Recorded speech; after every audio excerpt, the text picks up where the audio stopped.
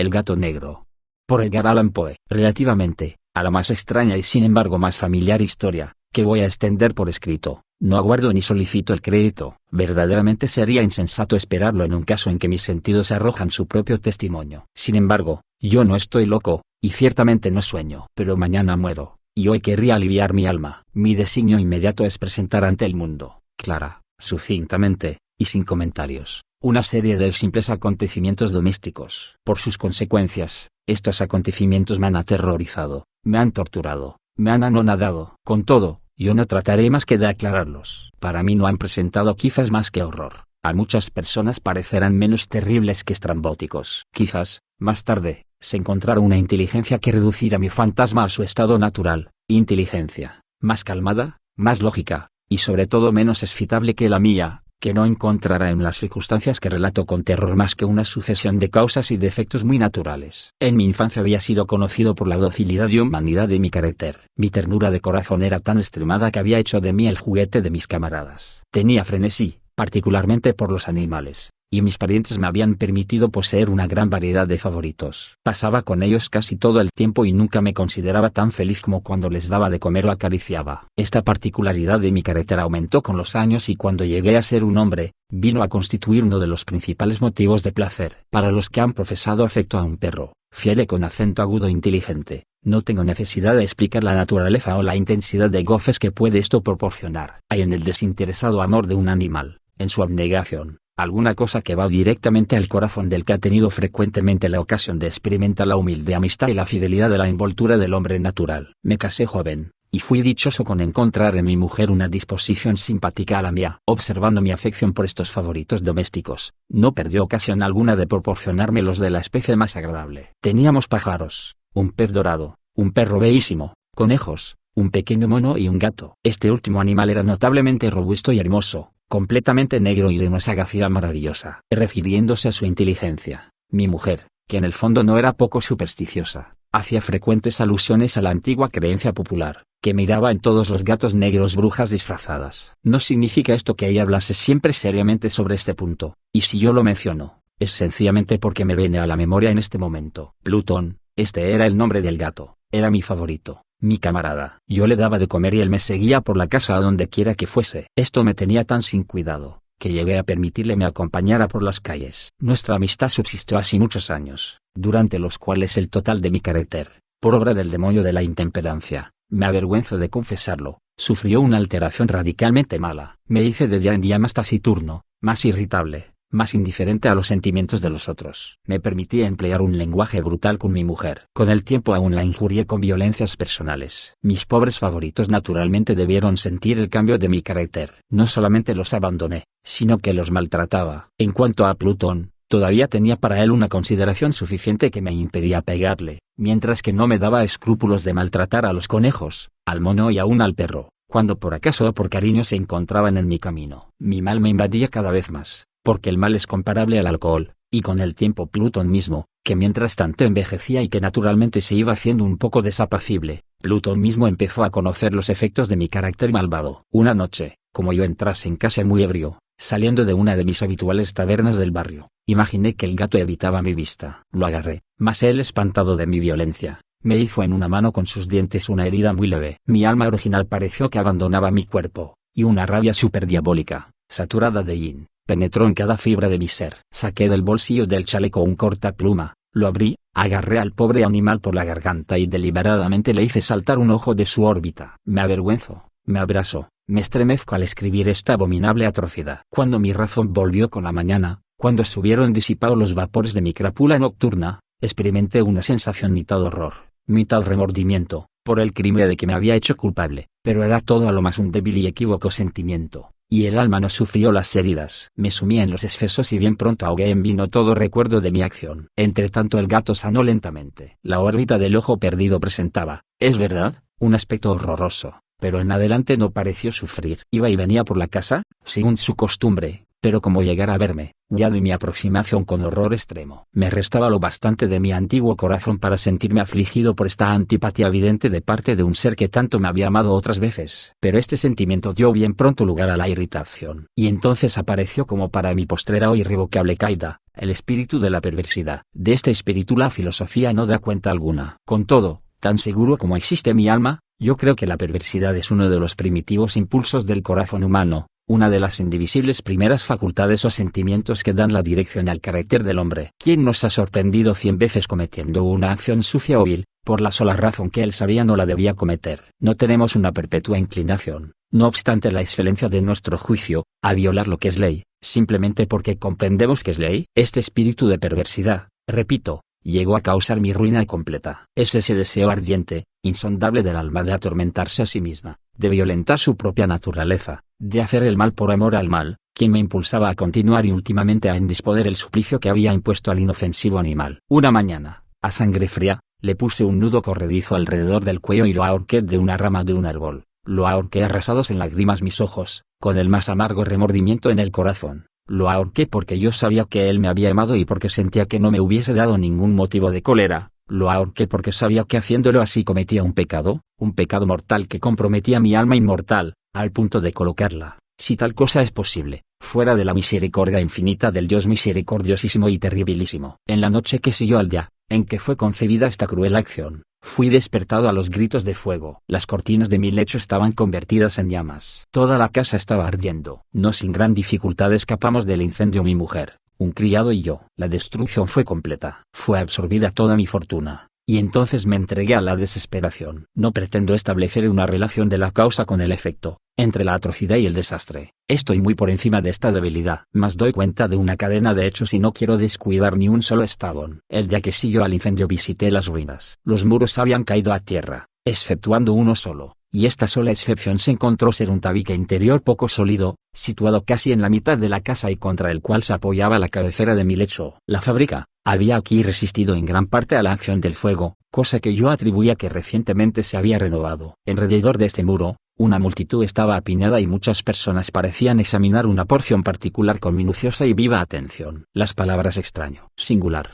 y otras expresiones semejantes excitaron mi curiosidad. Me aproximó y vi semejante a un bajo relieve, esculpido sobre blanca superficie, la figura de un gato gigantesco. La imagen estaba copiada con una exactitud verdaderamente maravillosa. Había una cuerda alrededor del cuello del animal. Enseguida de ver esta aparición, porque yo no podía menos de considerar esto como una aparición, mi asombro y mi temor fueron extraordinarios. Pero al fin, la reflexión vino en mi ayuda. Recordé que el gato había sido ahorcado en un jardín adyacente a la casa. A los gritos de alarma, el jardín habría sido inmediatamente invadido por la multitud y el animal debió haber sido descolgado del árbol por alguno y arrojado en mi cuarto a través de una ventana abierta. Esto, sin duda, había sido hecho con el fin de despertarme. La caída de los otros muros había comprimido a la víctima de mi crueldad en el yeso recientemente extendido. La cal de este muro, combinada con las llamas y el amoníaco del cadáver, habrían borrado la imagen, tal cual yo la veía. Aunque yo satisfice así a mi razón prontamente, si no tan rápidamente a mi conciencia, relativamente al suceso sorprendente que acabo de contar, obró sobre mi imaginación una impresión profunda. Durante muchos meses no pude desembarazarme de la sombra del gato y durante este periodo envolvió a mi alma un semisentimiento, que parecía ser, pero que no era, el remordimiento mismo. Llegué hasta llorar la pérdida del animal y buscar alrededor mío en los tugurios miserables, que en tanto frecuentaba habitualmente, otro favorito de la misma especie, y de una figura parecida, que le supliera. Una noche, como estuviese sentado medio aturdido, en una tasca más que infame, fue repentinamente atraída mi atención hacia un objeto negro que reposaba en lo alto de uno de sus inmensos toneles de lino rom, que componían el principal mueblaje de la sala. Hacía algunos momentos que miraba lo alto de este tonel y lo que me sorprendía era no haber notado desde luego el objeto colocado encima. Me aproximé, tocándole con la mano. Era un gato negro,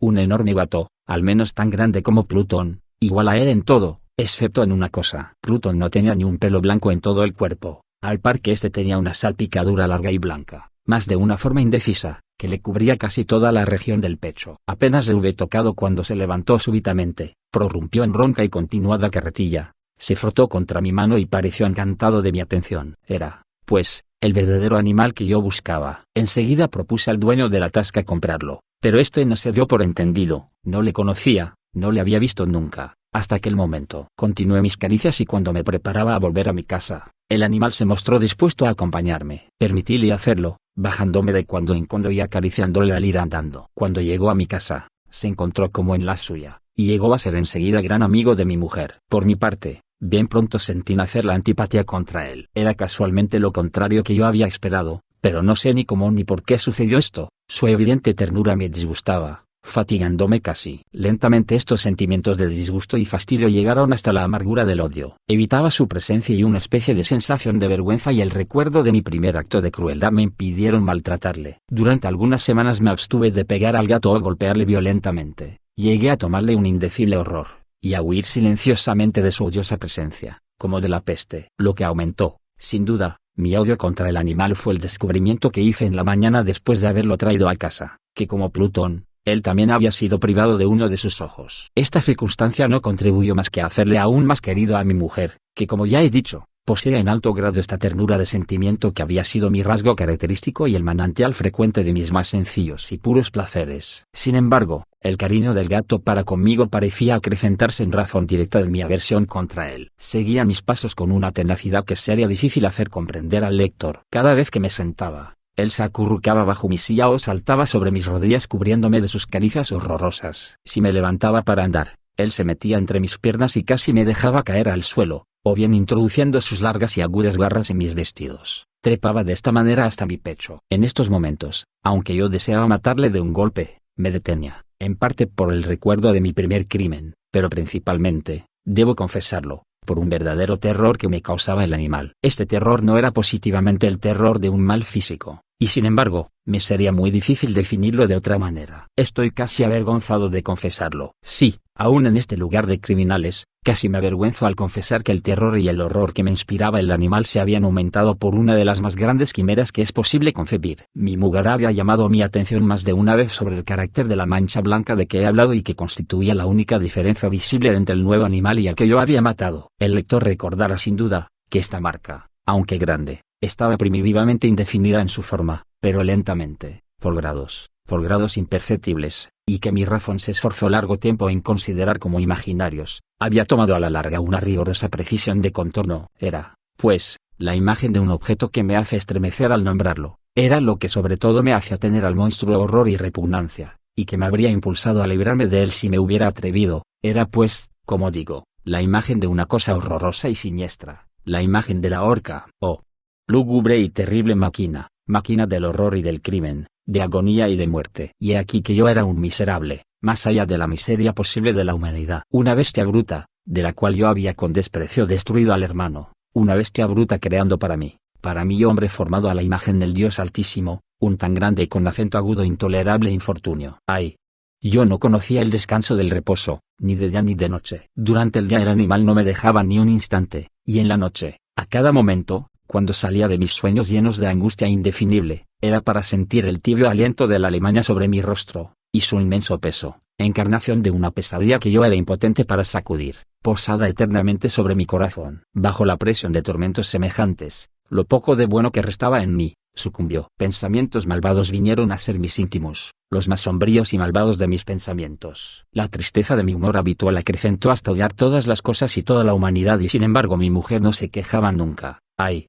Era mi sufredolores ordinario, la más paciente víctima de mis repentinas, frecuentes y con acento agudo e innumables erupciones de una furia a la cual me abandonaba ciegamente. Un día me acompañó, para un quehacer doméstico, al sótano del viejo edificio donde nuestra pobreza nos obligaba a habitar. El gato me seguía, por los rígidos escalones de la escalera y habiéndome tirado de cabeza, me exasperó hasta la demencia. Levantando el hacha y olvidando en mi furor el temor pueril que hasta entonces había retenido mi mano, dirigí al animal un golpe que hubiera sido mortal si le hubiese alcanzado, como deseaba, pero el golpe fue detenido por la mano de mi mujer. Esta intervención me produjo una rabia más que diabólica. Desembaracé mi brazo del obstáculo y le hundí mi hacha en el cráneo. Cayó al instante muerta, sin exhalar un gemido. Terminado este horrible asesinato, me puse inmediata y muy deliberadamente a tratar de esconder el cuerpo. Comprendí que no podía hacerle desaparecer de la casa, ni de día ni de noche, sin correr el peligro de ser observado por los vecinos. Muchos proyectos se cruzaron en mi mente. Pensé un momento en dividir el cadáver en pequeños pedazos y destruirlos por el fuego. Resolví después cavar una fosa en el suelo de la bóveda. Luego imaginé arrojarlo al pozo del patio, más tarde meterlo en un cajón, como mercancía, en las formas usadas y encargar a un mandadero lo llevase fuera de la casa. Finalmente, me detuve ante un expediente que consideré como el mejor de todos. Determiné emparedarlo en el sótano, como se dice que los monjes de la Edad Media emparedaban a sus víctimas. El sótano parecía muy bien dispuesto para semejante designio. Los muros estaban construidos descuidadamente y hacía poco habían sido cubiertos, en toda su extensión, de una masa de mezcla,